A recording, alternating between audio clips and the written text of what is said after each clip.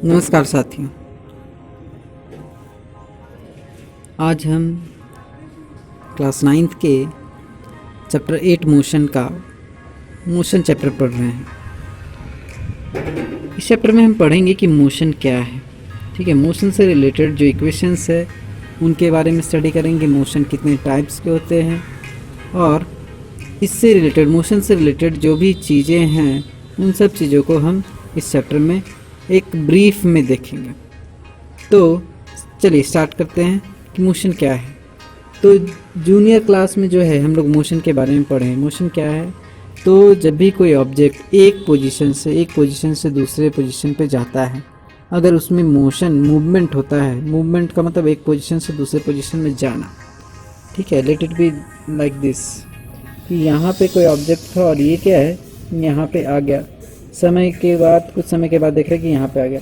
इसका मतलब ये जो ऑब्जेक्ट था वो क्या कर दिया, मोशन किया, मतलब इस पोजीशन को चेंज करके दूसरे पोजीशन पे चला गया। ये हम लोग जूनियर क्लास में पढ़े हैं कि जब कोई ऑब्जेक्ट एक पोजीशन से दूसरे पोजीशन पे जाता है तो हम उसको मोशन कहते हैं। यहाँ पे हम 9th क्लास में जब हम डेफिनेशन पढ़ेंगे तो इस डेफिनेशन में थोड़ा सा चेंज आएगा, एक बदलाव है। और वो बदलाव क्या है, वो बदलाव है रेफरेंस पॉइंट। अब जब ये सवाल होता है कि हम जो है वो मोशन कर रहे हैं, कोई ऑब्जेक्ट मोशन कर रहा है तो वो देख कहाँ से ये मायने रखता है। जैसे मान लीजिए कि बस में हैं आप और बस चल रही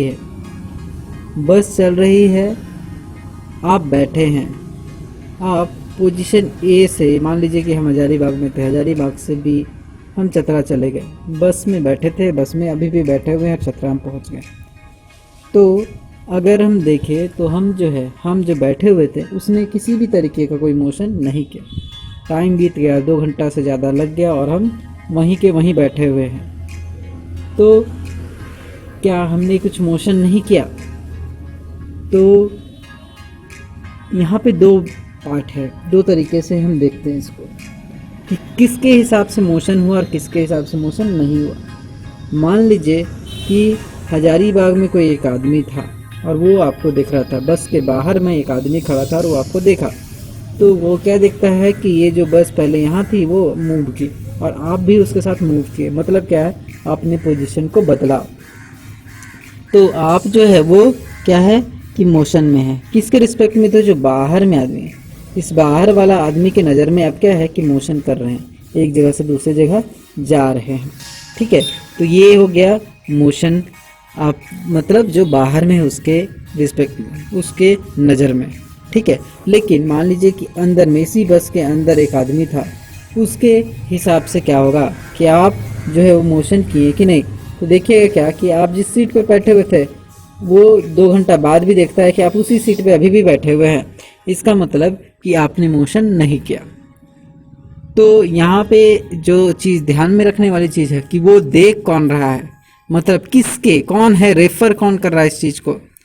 ठीक है, उसी को हम बोलते हैं रेफरेंस पॉइंट। और यहाँ पे हम पढ़ेंगे इसके बारे में।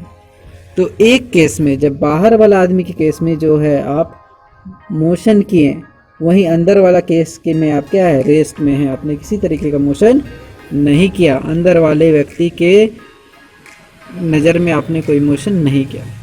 तो यहाँ पे जो है डेफिनेशन वो थोड़ा सा बदल जाएगा हमारा मोशन का जब हम लोग 9th क्लास में। तो यहाँ पे एक चीज़ और हम जोड़ते हैं जिसको बोलते हैं रेफरेंस पॉइंट। क्या है रेफरेंस पॉइंट? ये जो रेफरेंस पॉइंट है वो क्या है, ऑब्जेक्ट के लोकेशन को बताता है, उसके ऑब्जेक्ट के लोकेशन को डिस्क्राइब करता है और हम उसी को रेफरेंस लेकर उसी के हिसाब से हम बात करते हैं कि ये जो है वो मोशन में था या फिर रेस्ट में था। ठीक है, तो मोशन और रेस्ट के बाद यहाँ पे किसके रिस्पेक्ट में करेंगे, तो वो रेफरेंस पॉइंट। एक पॉइंट को हम लोग मान लेते हैं स्टैंडर्ड। ठीक है, और उसी के रिस्पेक्ट में हम देखते हैं कि वो जो ऑब्जेक्ट है वो मोशन किया या नहीं। ठीक है, तो यहाँ पे जनरली जो देखने वाला था वही जो है वो रेफरेंस होता है। तो जैसे हम अगर यहाँ पे कहा जाए कि चांद जो है, चांद पे एक आदमी है या फिर चांद से कोई आदमी हमको देख रहा है, तो क्या देखेगा वो कि चूँकि हम कुर्सी पे बैठे हुए, एक चेयर पे बैठे हुए, हम किसी तरीके का मोशन नहीं कर रहे हैं। मेरे सामने वाला आदमी बोलेगा कि आप तो कोई मोशन नहीं कर रहे, आप तो चेयर पे बैठे हुए। लेकिन चांद पर जो एक आदमी है वो अगर हमको देख पा रहा है, देखेगा, उनको बोले कि आप मोशन कर रहे हैं। कैसा मोशन? क्योंकि अर्थ जब रोटेट कर रही है, अर्थ जब रोटेट कर रही है, अर्थ जब रिवॉल्व कर रही है, तो ऐसे केस में क्या है, आप भी अर्थ के साथ रोटेशन और रिवॉल्यूशन दोनों काम कर रहे हैं। इसका मतलब आप मोशन कर रहे हैं। तो ये अलग अलग किए में होता है। तो यहाँ पे हमको ध्यान में रखना पड़ेगा कि रेफरेंस पॉइंट कौन सा है, कि सामने वाला आदमी के रिस्पेक्ट में बात कर रहे हैं या फिर जो कहीं और है उसके रिस्पेक्ट में बात करें। कौन से आदमी के जगह पे है पॉइंट भी हो सकता है, तो कौन से पॉइंट के लिए हम, कौन सा पॉइंट के रिस्पेक्ट में हम बात कर रहे हैं, तो इसी को हम बोलते हैं रेफरेंस पॉइंट। ठीक है। अब यहाँ पे एक दूसरा पॉइंट है ओरिजिन। जब हम रेफरेंस पॉइंट की बात करते हैं तो बेसिकली हम ओरिजिन मतलब जो है, जब हम उसको ग्राफिकल रिप्रेजेंटेशन देते हैं तो ओरिजिन मानते हैं उसको। वही जो स्टैंडर्ड की बात कर रहे हैं उसमें 0 0 जो है वो स्टैंडर्ड है। तो origin the reference point that is use to describe the location. ठीक है, ओरिजिन को ही हम लोग रेफरेंस पॉइंट मानते हैं और उसी के हिसाब से हम क्या करते हैं, लोकेशन को डिस्क्राइब करते हैं। ठीक है, ये हम लोग ग्राफिकल रिप्रेजेंटेशन के टाइम बढ़िया से समझेंगे कैसे।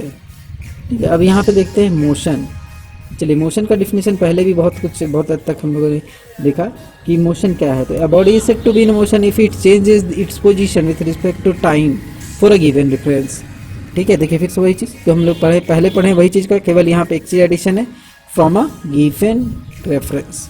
तो किसी ऑब्जेक्ट को हम बोलेंगे कि वो मोशन में है अगर वो पोजीशन चेंज करता है टाइम के साथ पोजीशन चेंज करता है, तो हम उसको बोलेंगे क्या है कि वो मोशन में है। लेकिन उसके साथ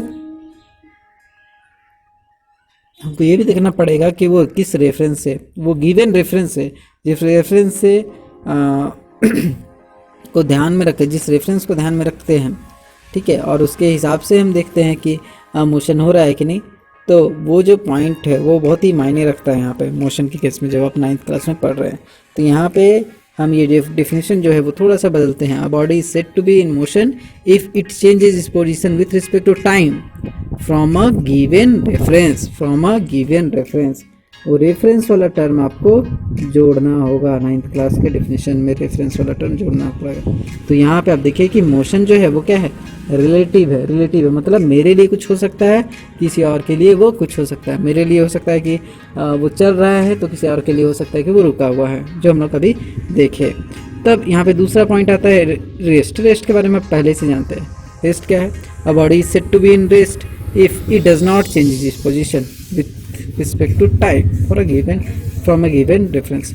किसी गिवन रेफरेंस से अगर कोई ऑब्जेक्ट जो है वो मोशन नहीं करता है, या फिर बोले कि वो एक पोजीशन से दूसरे पोजीशन पे शिफ्ट नहीं होता है, चेंज नहीं करता, तो हम उसको बोलते हैं क्या, रेस्ट। ठीक है, अब इन्हीं चीज़ों से उभर कर रखे आता है हमारा डिस्टेंस क्या है? तो कोई ऑब्जेक्ट जो है वो चलना शुरू किया। देखिए यहाँ पे हम लोग उसको लेकर के एक एग्जाम्पल दिए। एक ऑब्जेक्ट जो है वो यहाँ से ऐसे जा रहा है, कहीं जा रहा है और यहाँ पे पहुँचा। तो कितना लंबा डिस्टेंस वो कवर किया, कितना लंबा वो दूरी तय किया, कितना लंबा वो लंबाई, कितनी लंबाई थी उसकी, वो जो चला ट्रैवल किया वो कितना लंबा ट्रैवल किया। ठीक है, उसके इनिशियल, यहाँ से अगर स्टार्ट करता है तो इसको बोलते हैं इनिशियल पॉइंट, और जहाँ एंड करता है उसको फाइनल पॉइंट। तो जहाँ से स्टार्ट किया और जहाँ अंत किया उसके बीच में वो एक्चुअली कितना दूर तक है, कितना लंबाई तक गया। तो ये जो लंबाई है इसी को हम बोलते हैं डिस्टेंस। ठीक है, डिस्टेंस क्या है? तो लंबाई, किस चीज़ का लंबाई? तो आप कितना ट्रैवल किए। ठीक है, तो ये क्या एक न्यूमेरिकल वैल्यू है। जैसे हम बोलते हैं 5 मीटर, ये क्या है? इसका लंबाई, किसी चीज़ की लंबाई को हम लोग क्या है, डिस्टेंस भी बोलते हैं। अगर हम ट्रैवल कर रहे हैं तो इसको हम x से या फिर s से डिनोट करते हैं। यहाँ एक टर्म हम इस्तेमाल किए, it is a scalar quantity. Scalar quantity क्या है ये हम देखेंगे अभी, और इसका जो यूनिट है वो क्या है, मीटर है। जैसे हम बोले 5 मीटर, 10 किलोमीटर, 7 मिलीमीटर, ये जो है वो डिस्टेंस को मेज़र करने का तरीका है। लेकिन SI यूनिट क्या होता है इसका, मीटर। अब यहाँ पे डिस्प्लेसमेंट की बात करें। डिस्प्लेसमेंट एक दूसरा टर्म, एक फिजिकल क्वांटिटी है जो शॉर्टेस्ट पॉसिबल पाथ के बारे में बात करता है।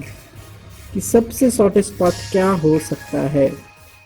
ठीक है, हमको जाना है कहीं पे, ये ऐसा कुछ रास्ता था, बोला सबसे छोटा पाथ क्या हो सकता है, सबसे छोटा रास्ता से जाना। तो क्या एकदम सीधा ऐसा रास्ता जाएंगे, इससे इधर कहीं भी जाएंगे तो बड़ा हो जाएगा, इससे इधर कहीं जाएंगे तो बड़ा होगा, तो यहाँ से कहाँ हो जाएगा, सबसे छोटा क्या होगा, तो एकदम स्ट्रेट लाइन वाला।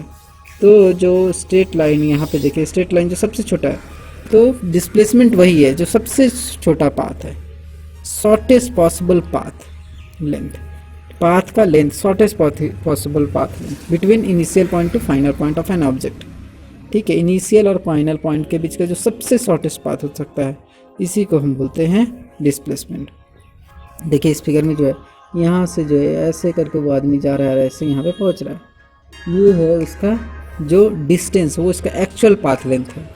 वहीं पे देखिए ये सबसे छोटा है, यहाँ से अगर ये सीधा जाता है तो सबसे जल्दी वो पहुँच पाता है। ठीक है, तो ये जो सबसे छोटा हिस्सा है, इस सबसे छोटा जो पाथ है, पाथ का लेंथ है, इसको बोलते हैं हम लोग डिस्प्लेसमेंट। ठीक है, इसमें क्या है, न्यूमेरिकल वैल्यू के साथ साथ एक डिस्टेंस भी, सॉरी डायरेक्शन भी होता है।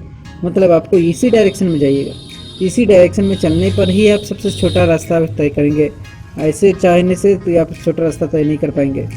ठीक है, ये एक ही मात्र रास्ता है, यही एक डायरेक्शन है, ये एकमात्र डायरेक्शन है जिससे आप क्या कर सकते हैं, सबसे छोटा मतलब जो पॉसिबल पाथ लेंथ पाथ है वो आप फॉलो कर सकते हैं। तो इसलिए यहाँ पे क्या है, आपको एक खास डायरेक्शन में चलना पड़ेगा। इसका मतलब डिस्प्लेसमेंट के पास क्या है, एक खास डायरेक्शन भी होता है, उसका न्यूमेरिकल वैल्यू भी होता है, 5 किलोमीटर 10 किलोमीटर जो भी है, और उसका डायरेक्शन भी तय होता है। तो यहाँ पे इसको बोलते हैं वेक्टर क्वांटिटी। ठीक है, तो डिस्प्लेसमेंट डिपेंड करेगा किस चीज़ पे, डायरेक्शन पे, जिस डायरेक्शन में हमको चलना है वो डायरेक्शन भी इसके लिए मायने रखता है। ठीक है, तो डिस्टेंस और डिस्प्लेसमेंट के बीच का तो आप अंतर समझ गए हैं। डिस्टेंस में क्या है कि यहाँ से यहाँ आपको जाना है, तो आप ये रास्ता भी अपना लिए तो कोई दिक्कत नहीं है, यहाँ पे आ गए और फिर से वापस यहाँ जाए, कोई दिक्कत नहीं। इसको इधर से आए, दूसरे रास्ते से आए तो दिक्कत नहीं, हमको फाइनल शुरू से फाइनल, इनिशियल से फाइनल पहुँचना है। ठीक है, तो इनिशियल से फाइनल पहुँचने के लिए जो एक्चुअल पाथ होगा, एक्चुअल पाथ की लंबाई होगा, वही डिस्टेंस है।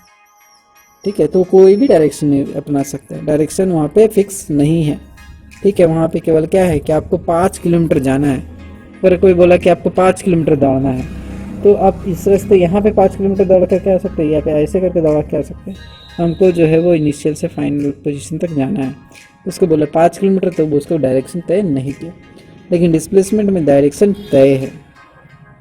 तो यहाँ पे जो है क्या है, सबसे छोटा पाथ जो है वो डिस्प्लेसमेंट का शॉर्टेस्ट पाथ। ठीक है, तो ये क्लियर है कि जो एक्चुअल पाथ है, पाथ का लंबाई है, उसको बोलते हैं डिस्टेंस, और जो शॉर्टेस्ट पाथ का लंबाई है उसको बोलते हैं हम लोग डिस्प्लेसमेंट। अब आगे डिस्प्लेसमेंट के केस में हम लोग 3 तरीके की डिस्प्लेसमेंट की बात करेंगे। एक है पॉजिटिव डिस्प्लेसमेंट, दूसरा जो है वो है निगेटिव डिस्प्लेसमेंट, और तीसरा है जो जीरो डिस्प्लेसमेंट। क्या है पॉजिटिव, निगेटिव और जीरो? तब देखिए, इनिशियल पोजीशन और फाइनल पोजीशन, किसी ऑब्जेक्ट के इनिशियल पोजीशन और फाइनल पोजीशन में जो ये दिया हुआ है, आपका मोशन जो है वो दिया हुआ है, और वो क्या है कि जिधर दिया हुआ उससे ही चल रहा है। ठीक है, अगर इनिशियल पोजीशन और final position of an object are different and motion is given in given direction, then displacement is positive। क्या कहने का मतलब है कि ये पोजीशन और ये पोजीशन दो अलग अलग है, इनिशियल और फाइनल पोजीशन दो अलग है, और हमको बोला कि इधर ही जाना है, आपको इधर ही जाना है। तो अगर हम इधर चलते हैं तो ये क्या है, पॉजिटिव है। जो डिस्प्लेसमेंट होगा वो पॉजिटिव डिस्प्लेसमेंट होगा, जिधर बोला उधर गए। और इनिशियल फाइनल के बीच में डिफरेंस है, ये नहीं कि एक ही के ऊपर इनिशियल भी यही फाइनल, ऐसा नहीं, इनिशियल अलग फाइनल अलग, और उसी डायरेक्शन में वो चला, तो हम इसको बोलेंगे पॉजिटिव डिस्प्लेसमेंट। मान लो 5 मीटर ही चला, 5 मीटर नॉर्थ में चला वो, तो हम बोलेंगे कि ये पॉजिटिव डिस्प्लेसमेंट किया। ठीक है, नॉर्थ बोला था, नॉर्थ चला गया, और कितना मीटर चला, 5 मीटर, तो 5 मीटर, तो ये हो गया आपका पॉजिटिव। वहीं पर निगेटिव डिस्प्लेसमेंट की भी बात करते हैं। निगेटिव डिस्प्लेसमेंट क्या है, तो इनिशियल पोजीशन और फाइनल पोजीशन यहाँ पे अलग है, इनिशियल अलग है, फाइनल अलग है, लेकिन हमको बोला कि इनिशियल ये था और फाइनल ये था। हमको बोला कि आपको इधर जाना है इधर, और आप जो है वो क्या है, वो इधर चल दिए। तो ऐसे केस में क्या होगा, ऐसे केस में जो डिस्प्लेसमेंट होगा, डिस्प्लेसमेंट आप तो जगह बदले हैं, पोजीशन तो चेंज किए, लेकिन यहाँ पे जो डिस्प्लेसमेंट होगा वो क्या होगा, उल्टा डायरेक्शन के, जिधर डायरेक्शन दिया गया उसका उल्टा है। तो ये जो है वो नेगेटिव डिस्प्लेसमेंट होगा। ठीक है, नेगेटिव डिस्प्लेसमेंट का भी क्या होगा, जब आपको जिधर चलने बोला गया है उसके उल्टे डायरेक्शन में। मान लीजिए कि हमको जो है वो बोला गया था कि आपको जो है यहाँ से 300 मीटर नॉर्थ की ओर जाना है, वहाँ पे एक मंदिर है। ठीक है, और हमको नॉर्थ की ओर बोला और हम क्या किए, 300 मीटर साउथ की ओर चले गए, नॉर्थ के बजाय साउथ चले गए, तो उल्टा डायरेक्शन में हम गए।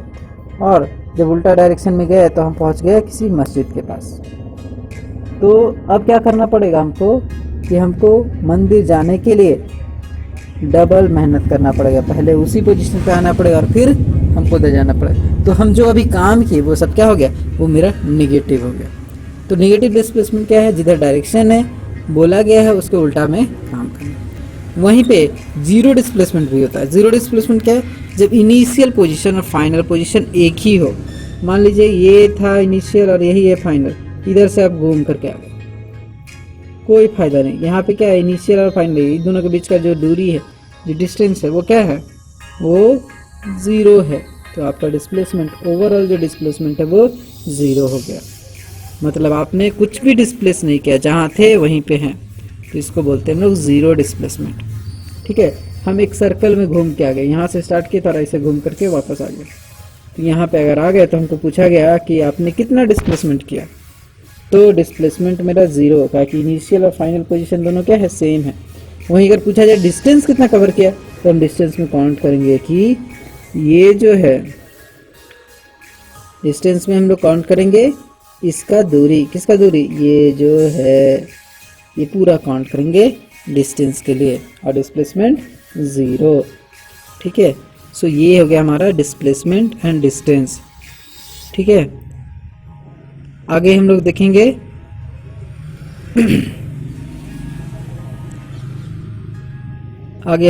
इन दोनों के बीच का डिफरेंस। तो डिस्टेंस और डिस्प्लेसमेंट के बीच का डिफरेंस हम समझ लेते हैं। तो डिस्टेंस क्या है, तो पाथ, जो एक्चुअल पाथ, कोई पाथ जो बॉडी एक्चुअली पाथ में जो किसी भी डायरेक्शन में एक्चुअल पाथ को जो फॉलो किया, उसका जो लेंथ है, उस लेंथ को। ठीक है, किसी भी डायरेक्शन में उसका जो गया, डायरेक्शन से यहाँ पे कोई मतलब नहीं है, हमको किसी से मतलब है कि वो एक्चुअली कितना ट्रैवल किया, उसका पाथ का लंबाई कितना है। वहीं पे डिस्प्लेसमेंट में हम बोलेंगे क्या, कि shortest path between final to initial position, initial to final position, और एक पर्टिकुलर डायरेक्शन में इनिशियल से फाइनल पोजीशन के बीच का जो शॉर्टेस्ट पाथ डिस्टेंस है, पाथ लेंथ है, उसको बोलते हैं लोग डिस्प्लेसमेंट। सो यहाँ पे क्या है, डिस्टेंस में जो है आप कोई भी path, distance between two given point depend upon the path chosen. ठीक है, आप कौन सा पाथ चुनते हैं उसके बेस पर क्या है, हमारा डिस्टेंस काउंट होगा। अगर हम छोटा रास्ता चुने तो छोटा ये होगा, पाथ कौन सा चुने, छोटा रास्ता चुनेंगे तो हमको कम डिस्टेंस कवर करना होगा, बड़ा रास्ता चुने तो ज़्यादा डिस्टेंस कवर करना पड़ेगा। यहाँ पे कोई मतलब नहीं है डिस्प्लेसमेंट में, आपके पास एक ही रास्ता है, दो पॉइंट के बीच का जो स्ट्रेट लाइन है, दो पॉइंट के बीच का जो मिनिमम डिस्टेंस है वो क्या होगा, उनके बीच का स्ट्रेट लाइन। ठीक है, यहाँ पे यहाँ और यहाँ दो पॉइंट है, तो इसके बीच का स्ट्रेट लाइन ही आपको हमेशा काउंट करना है डिस्प्लेसमेंट के केस में। और डिस्टेंस के केस में क्या है कि हम क्या, ये एक दो बिंदु है, तो यहाँ से ऐसे रास्ते से भी गए तो भी एक रास्ता है, ये हो सकता है, ऐसा भी जा सकते हैं, ये रास्ता है। तो मेरा पाथ हम कौन सा, ये वाला चुनते हैं कि ये वाला चुनते हैं, तो चुनने के बेस पर क्या होगा, मेरा डिस्टेंस पता चलेगा। लेकिन यहाँ पे डिस्प्लेसमेंट हमेशा सेम रहेगा। अब डिस्टेंस के बारे में बात करें, डिस्टेंस ऑलवेज पॉजिटिव होगा। आप अगर थोड़ा सा भी मूव कर लिए, थोड़ा सा भी मूव करते हैं, यहाँ से हल्का सा भी खिसक भी गए, तो क्या आपने कुछ डिस्टेंस कवर किया। डिस्प्लेसमेंट में क्या है, हम अभी देखें तीनों चीज़ हो सकता है, पॉजिटिव भी हो सकता है, निगेटिव भी हो सकता है और ज़ीरो भी हो सकता है। इसके बाद अब बड़े डिस्टेंस स्केलर क्वांटिटी है, वहीं पे वेक्टर के बारे डिस्प्लेसमेंट वेक्टर क्वांटिटी। अब स्केलर और वेक्टर थोड़ा सा समझ लेते हैं, आगे हम लोग इसका डेफिनेशन देखेंगे। सो स्केलर क्या है, तो ऐसे क्वांटिटीज़, ऐसे फिजिकल क्वांटिटीज जिसमें केवल मैग्नीट्यूड हो, केवल वैल्यू हो, जैसे 5 मीटर। 5 मीटर क्या है, इसका मैग्नीट्यूड है, इसका अमाउंट है, केवल अमाउंट दिया हुआ है, तो इसको बोलेंगे हम स्केलर। वहीं पे वेक्टर के बारे में क्या बोलेंगे, तो जिसके पास 5 मीटर तो बोलना है ही उसको, मतलब मैग्नीट्यूड बताना ही है, और प्लस डायरेक्शन, नॉर्थ डायरेक्शन भी है। ऐसे क्वांटिटीज जिसके पास मैग्नीट्यूड और डायरेक्शन दोनों होता है उसको बोलते हैं हम लोग वेक्टर। ठीक है, जिनके पास जस्ट मैग्नीट्यूड होता है उनको बोलते हैं स्केलर। तो स्केलर क्वांटिटी और वेक्टर क्वांटिटी ये दो तरीके का क्वांटिटी है, इसके बीच का डिफरेंस है। डिस्टेंस जो है वो कभी घटता नहीं है, एक बार अब आगे बढ़ गए तो डिस्टेंस हमेशा बढ़ता रहेगा, डिस्टेंस हमेशा बढ़ता रहेगा। यहाँ से अगर स्टार्ट किया तो आप हल्का सा भी बढ़ा, इधर भी कहीं भी जिधर भी उल्टा रास्ते में भी आ जाए तब भी आपका डिस्टेंस क्या होगा, वो आगे ही गिनती होगा। ठीक है, वो घटेगा नहीं। वहीं पे डिस्प्लेसमेंट के केस में ऐसा नहीं है, अगर आप गए और फिर इसी रास्ते में वापस आ गए, इसी रास्ते में अगर वापस आते हैं तो आपको क्या कहा जाएगा कि आपका डिस्प्लेसमेंट जो है वो घट जाएगा। तो डिस्प्लेसमेंट घटता भी है, बढ़ता भी है, ज़ीरो भी हो जाता है और नेगेटिव में भी चला जाता है। तो इस तरीके का चीज़ है, ये जो है वो हमारे बीच जो डिस्प्लेसमेंट और डिस्टेंस और डिस्प्लेसमेंट के बीच का डिफरेंस है। ठीक है, यहाँ पे देखिए मोशन के क्या एग्जांपल हो सकते हैं। बुलेट ट्रेन जो है वो 320 किलोमीटर के स्पीड से चल रहा है, अगर हम बाहर खड़े होकर देख रहे हैं तो वो स्पीड जो है उनको दिखाई पड़ता है, वो मोशन में है। कार जो है मोशन में है, कोई चीज़ गिर रहा है तो मोशन में। तो मोशन हम लोग पहले भी पढ़ चुके हैं। आगे हम देखेंगे टाइप्स ऑफ मोशन।